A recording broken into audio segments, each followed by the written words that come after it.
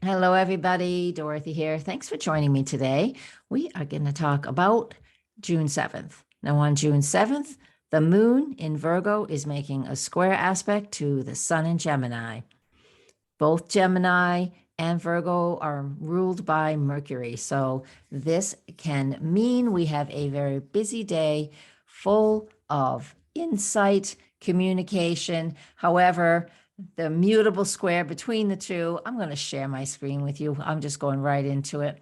That mutable square between the two, I've never been overly concerned about mutable squares. Mutable meaning Gemini and Virgo, as well as two other signs, are mutable energy. That means they're changeable, they're flexible, they can move and go with the flow.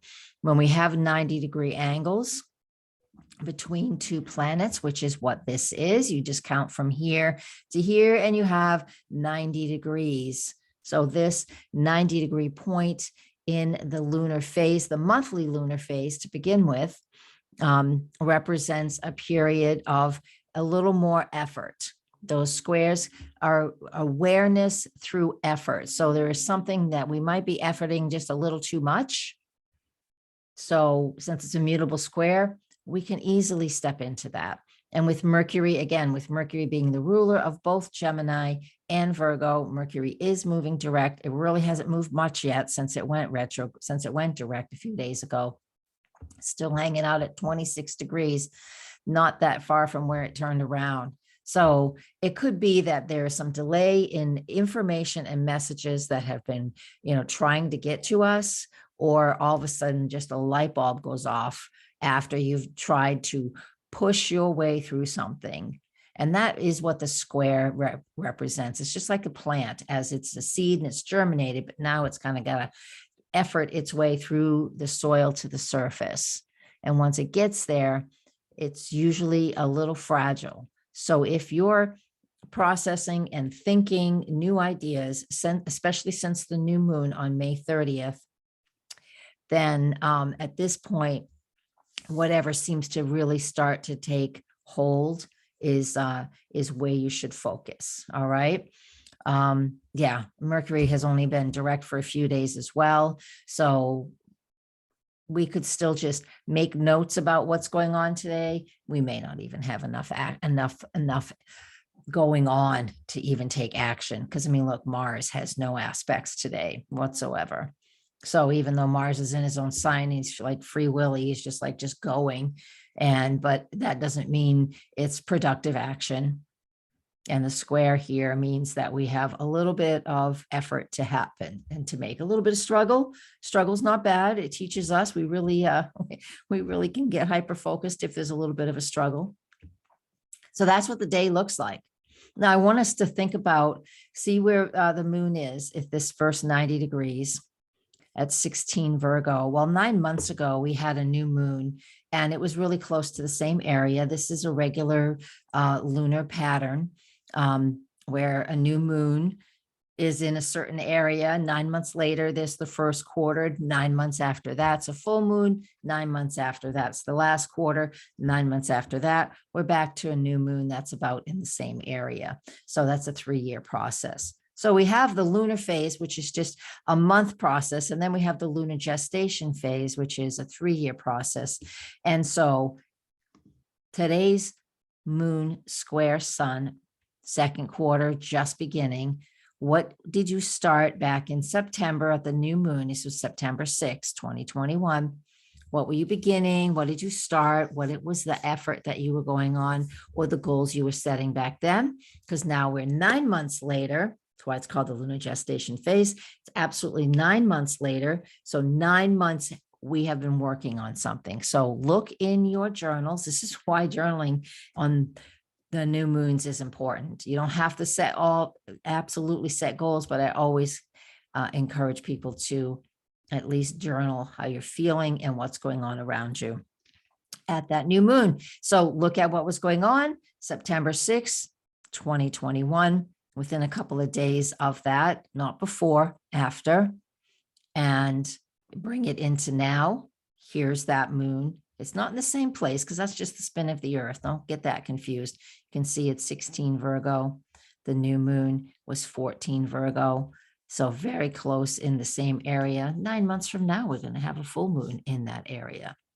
So pay attention to and what you were working on, what were you focusing on, very Virgo qualities. So that's when we really start to pull things together. September is always that month after the summer where we're trying, it's still summer, but we're trying to pull together a better routine after being relaxed throughout the summer here in the Northern Hemisphere. That's what we're doing. All right, I'm going to stop right there. Woo! I've got some frizzy hair today. Use conditioner. We're going to do the Astro dice now. So this is just like, what's an extra message from spirit? Or if you have a question, this might answer that too. Oh, geez, South Node. South Node means this is hidden.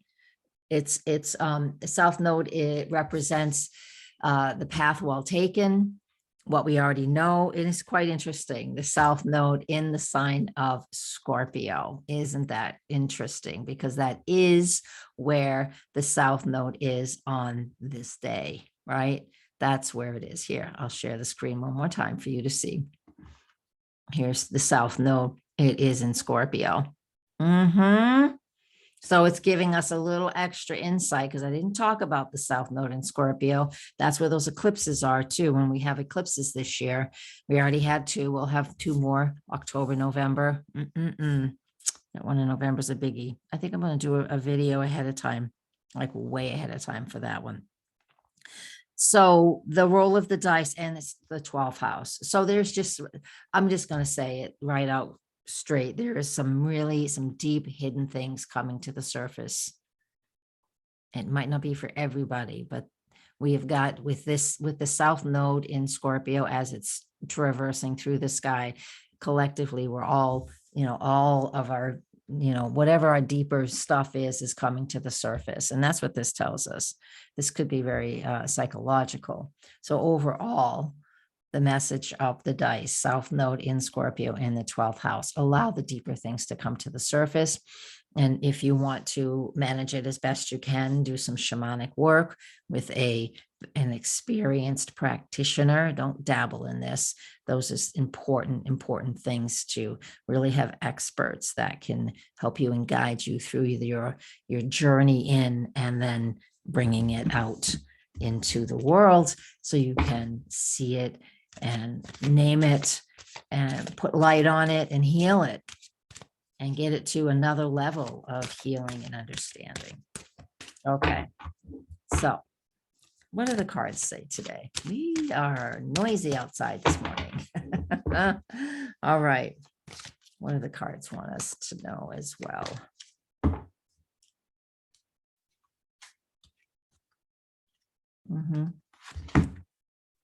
Grandfather Sky. Again, we've pulled this one a lot. I love the moon and the star like that. It's a planet. Grandfather Sky has an awful lot to do with the wisdom that we carry within us, the ancestors that we speak to or rely on, or their history.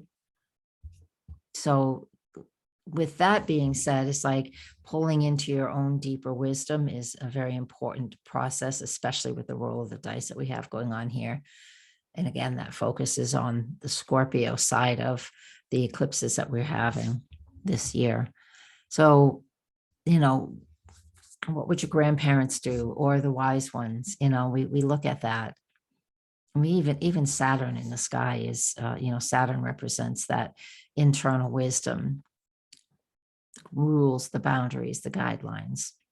So when Grandfather Sky shows up, it always reminds me of my ancestors, their wisdom, my own internal wisdom, and really bringing that to the plate as well.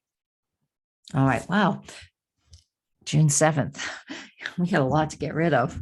I'm at the very end of my cycle. I'm going to be a couple more days. This is right before your birthday, especially those last 10 days before your birthday, it's at the end of your year. My birthday's on the 10th. So it's like it's like all these messages is like release, let go. I'm like, okay, I'll be taking the 9th and the 10th off. I mean, I'll still be doing these, but maybe I'll do them ahead of time so I can really have 2 days off. All right, everybody. Thank you for being here. As always, I'm super grateful for you guys. And don't forget to comment below. I love engaging. It's always just me. I don't have an assistant. All right. Take good care, everybody. And I will see you again tomorrow. Blessings. Namaste.